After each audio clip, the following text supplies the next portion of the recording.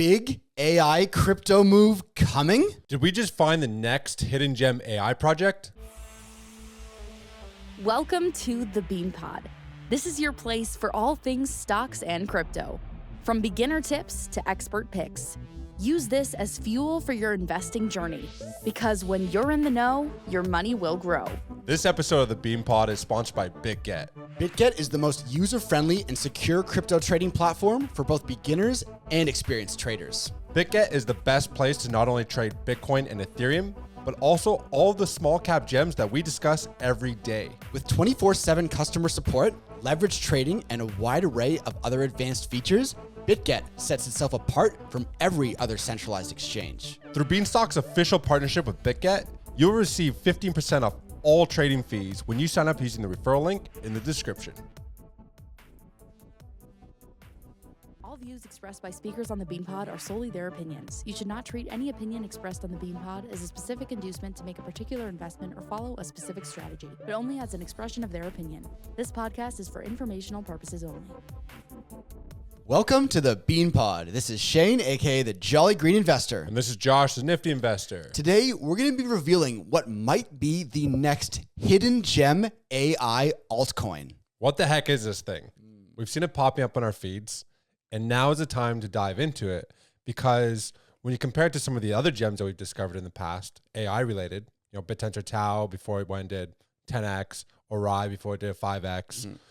I think this one kind of fits into the trifecta of true hidden gem AI projects, and we need to discuss it today. For sure. It kind of has this allure, this mysterious allure about it. One, because it's super early stage, even though it's been in development for a long time. No one really knows much about it, although we've done as much research as we possibly can, and we'll reveal it to you today, so make sure to watch to the end.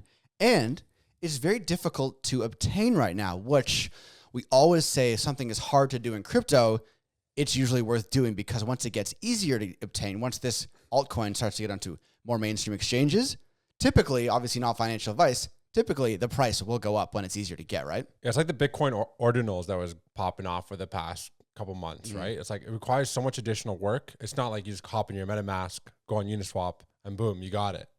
This one required a lot more effort and time to actually go and identify where the hell to even buy this thing. For And sure. I think that's one of the biggest obstacles right now for the project. But as you alluded to, whenever something takes a bit more effort and time, it's definitely worth it. And we've seen that with like BitTensor staking, for example. Exactly. Right? So, Or even BitTensor, like Tau at the start was not available on any top exchanges. No. And then now it's slowly, it's on BitGet. Now it's on this one, that one. That's why, as the easier it is to get, the more people buy it. It's just natural, right?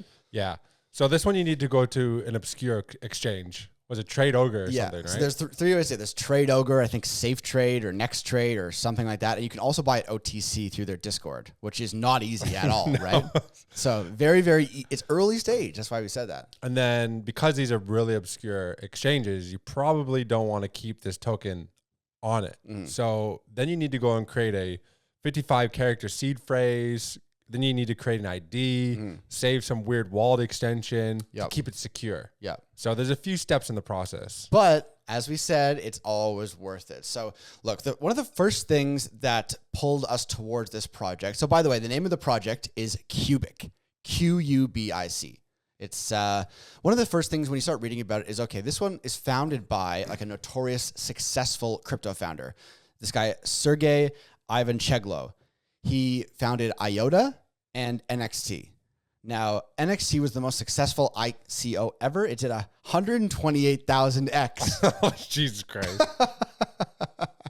You saw that massive spike in the chart, right? You look at the chart, it's hilarious. It's ridiculous. And IOTA did a 13,000x since ICO. So first of all, you have a founder that has extremely, a very successful past in crypto. And he's been working on QUBIC for over 12 years, even though it's now just coming to fruition. So even though it is a baby, the founder is very experienced. So anytime you have, like a crypto, a pillar in the community doing a new project, you should take notice. And he's also one of the pioneers behind proof of stake as well, which kind of makes this project pretty interesting because it's not a proof of stake project. It's more of a proof of work. Yeah. And it's something known as useful proof of work. Yeah, it's probably the most so first of all, okay, what is QUBIC? It's, as Josh said, it's useful proof of work AI-based blockchain. Now, what is one of the biggest selling points about QUBIC that drew us towards it, other than obviously the founder?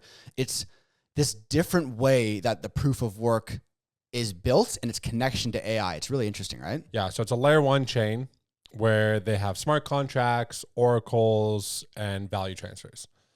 What's really interesting about it is, with right now, for example, all the retail's coming back and you're on Ethereum and you're making a swap and it's like $50 in gas fees. With this one, it's feeless transactions. So that's great. That's what you want, right? Also has sub-second finality and all those other beautiful things that a lot of these projects are attempting to obtain, right? Yeah.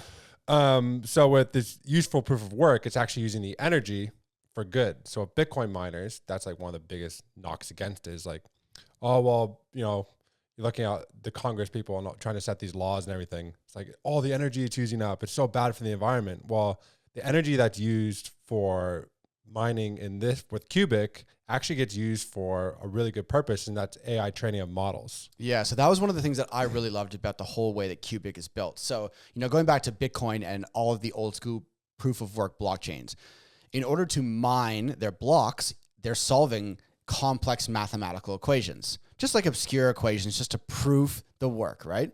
They're not really advancing anything in society by just the actual fact that they're completing those equations, right? Yeah. But with QUBIC, they're, instead of solving random mathematical equations, they're helping further the development of AI machine learning models, and that is what is used to mine the QUBIC blocks. So they're furthering the development of AI by participating in the QUBIC blockchain. And that right there, I think that is just absolutely genius because, as we've said many times, AI is about to consume the entire world. So when you have a blockchain where the quote unquote miners are furthering the development of the most important technology humans may have ever created, that right there is game-changing technology. We've alluded to this in previous episodes as well, is how much power actually goes into training these models. The ChatGPT 3, for example, uses up as much power as an entire subdivision. So when you need a lot of power to train these models, and now you have a protocol that's actually doing that and it's using the energy efficiently for that reason. I mean, it's pretty good. For sure. And now look, when you start to do research on QUBIC, I'm not going to lie, it's very complicated. This is one of the most technical projects because it's brand new. It's different than a lot of the blockchains you come across. So the way that it is kind of set up here, the QUBIC network, it's divided into 3 groups. So there's the candidates, who are miners that are just running software. Then there's the computers. So these are like your main network validators and miners. And what I like is that the network, I think it's every week, they drop the underperforming third, the 1/3 of the miners that are underperforming, they get dropped, and then they bring in brand new ones. So there's a constant competition for the 676 approved computers or like validators or nodes. So it keeps it fresh and keeps it competitive. That part I really like. So it's not just like once you're a validator, your node, you're good. No, you have to continually show that you're performing well. Kind of like BitTensor with the subnets, where anyone can build a subnet on BitTensor, but if you're not performing well, you get replaced by another subnet. It's kind of what you want from an AI project, right? You have a room full of super smart people, and then you ask a bunch of questions, and then the weakest links, they're removed. And you bring them in with more smart people. For sure. And then it just keeps evolving, right? 100%. So it's really good that way. Another thing I really liked about QUBIC was deploying the smart contracts. So, you talked about these computers. There's 676 of them. When you try to deploy a new smart contract on that, the smart contract has to go for a vote. So I guess 2/3 have to vote on these smart contracts for it to make it onto the main network, which we'll talk about burn mechanism later on. What's essentially happening is you're having an audited project coming onto the QUBIC network. It's already gone through the validation process from all these miners. So now you're not getting a project on QUBIC that can get hacked. Right. It's already been through the process versus other chains. Anything can just all kinds of junk. Anything can be deployed and then a hack occurs. For sure. So it's also adding security as well. Yeah, it's a really interesting way they've built up the whole ecosystem. That when I say it's a technical and complicated project, I think it's really just because it's different. It's different than anything we've seen, and I think that's what attracts us towards it. So when we go into kind of the QUBIC token, the tokenomics, the burn, so this is where it gets really interesting and why you need to watch to the end, right? Because this is where it gets crazy. So the QUBIC coin, quote unquote coin itself, is not just a currency. It's energy. It's energy on the blockchain. So the max supply is 1,000 trillion. Yeah, it's a lot. So that's obviously some ridiculous number. Yeah. But it's because the tokenomics are hyper deflationary. So if the supply ever gets too high, then they will decide to do a massive 1 trillion burn per week. And the way that, so in order for, anytime a smart contract is deployed or interacts with each other, QUBIC's burned. Anytime anyone does anything on the blockchain, QUBIC is burned. And one of the big ways that QUBIC is burned is through these things called quote unquote IPOs. So this is for when new projects come on the blockchain.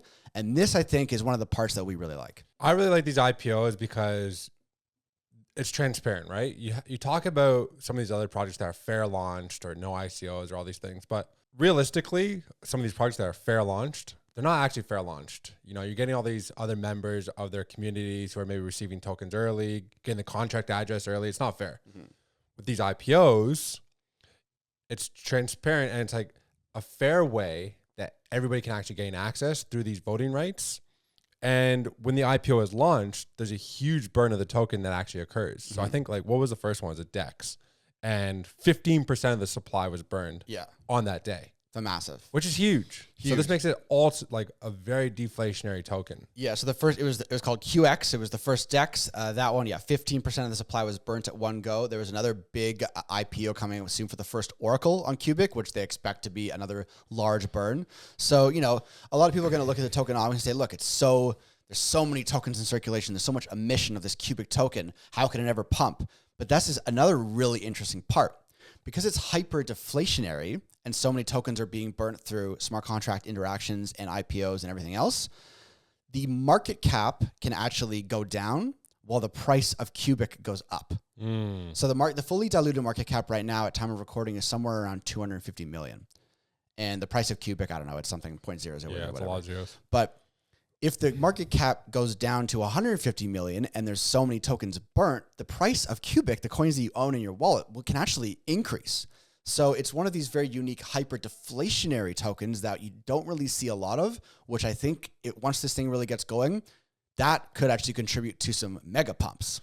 So something we really like is the tokenomics, the fact that tokens are burned and it's hyper deflationary. Mm-hmm. And when you're talking about these IPOs, the more smart contracts that come online from these devs, the more IPOs should be occurring, the more burning that should be happening. Yep. So in theory, the price of this token should do quite well in the long run. For sure. Especially when it's attracting developers because you get audited, so you come on safely. It should attract investors because you know you're getting access to safe projects. There's no hacks that are going to occur. You have all these miners competing for the 676 spots. Yep. Then you have the feeless aspect, so there's no transaction costs. So once you start to get all these projects coming on board and they start to see like, hey, there's something here, something valid. Mm-hmm. We have this hyper deflationary environment. That's crazy for the token price. Yeah, I think some things could happen there that really people don't quite understand yet. And then, you know, we've multiple times we've compared this to BitTensor Tau, and I think that's the community is very, very strong. So the reason that we've done this episode today is because people kept commenting on our post, QUBIC. So eventually Josh and I look, all right, we got to look into this project, right?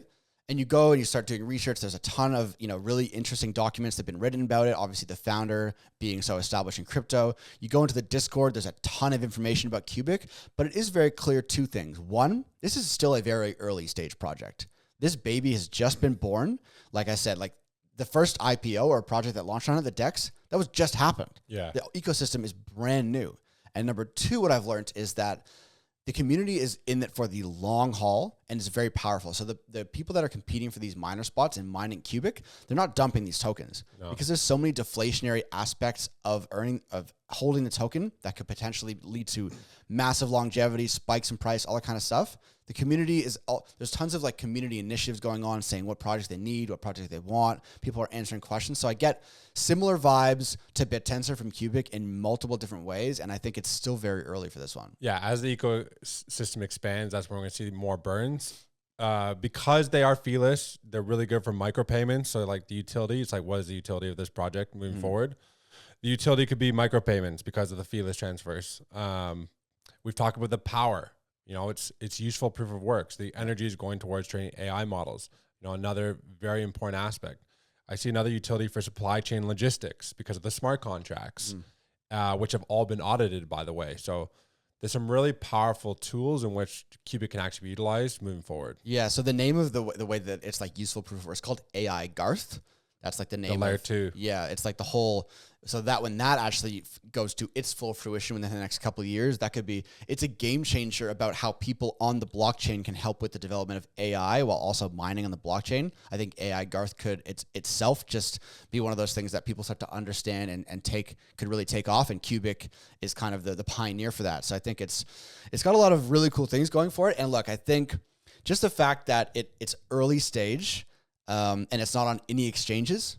Like when it starts to get onto the, tier 3, tier 2, tier 1 exchanges, you always see price pumps. Obviously not financial advice, but Josh and I like to get into projects early that have very interesting and new takes on existing technology. And I think QUBIC ticks a lot of those boxes. Yeah, especially when you look at the decentralized asset distribution. I think that's gonna be a big thing moving forward as well. People are tired of getting burned on token generation events and all these other things, right? Yep. So to have that aspect as well built in, it ticks a lot of boxes, especially as it forms into the AI narrative. For sure. And I think so long term, I'm getting deep diving into their Discord and asking questions. And it's like, all right, there's all this information about what QUBIC is now because it's so early, but what does it want to become? What is the future goals and problems it's solving? So some of the answers were like, it handles complexity behind the scenes so developers can focus on creating. So one of the things they're going to be doing is it speeds up development because instead of always having to create these new complex smart contracts, it's all integrated via an API. So like an API with Web 2 is super easy. You plug and play API. So that's what QUBIC is going to build towards. So when developers come to QUBIC, boom, you integrate with an API, build a brand new dApp in QUBIC, super easy. Yeah, seamless. So I think it's going to make it really easy. It also enables cross-chain experiences right out of the box. So again, it feeds into interoperability. That in combination with AI and everything, I think it's, look, I've personally invested in QUBIC. I think it's just going to be a set and forget long-term hold for me because once AI really starts consuming the world, I think these interesting AI projects could really run. Yeah, I think we can, like we said, put it into our trifecta of the perfect AI projects. Mm-hmm. We can put QUBIC in there now alongside BitTensor and Orichain. I mean, look, even if you say like the fully diluted market cap is 250 mil, that's still an easy 10x, and it's less than what fully diluted Tau is right now. Yeah, right? Which is 7 billion, I think. Yeah, so like, even though you might say 250 mil is a lot, but there's going to be multiple AI projects. This is just my personal opinion. In the next bull run, that will be 100 billion or more. Yeah. AI is going to dominate the world. We saw fucking Cardano go to 100 billion last bull run. This bull run, there's going to be more money. And these are actually real projects with real ecosystems, whereas Cardano might just be vaporware. Yeah, you remember that like their website doesn't have fucking. Yeah.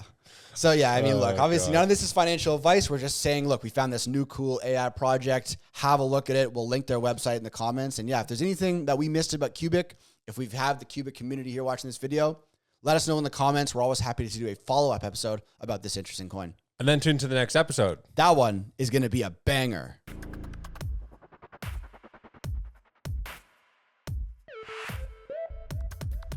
All views expressed by speakers on the BeanPod are solely their opinions. You should not treat any opinion expressed on the BeanPod as a specific inducement to make a particular investment or follow a specific strategy, but only as an expression of their opinion.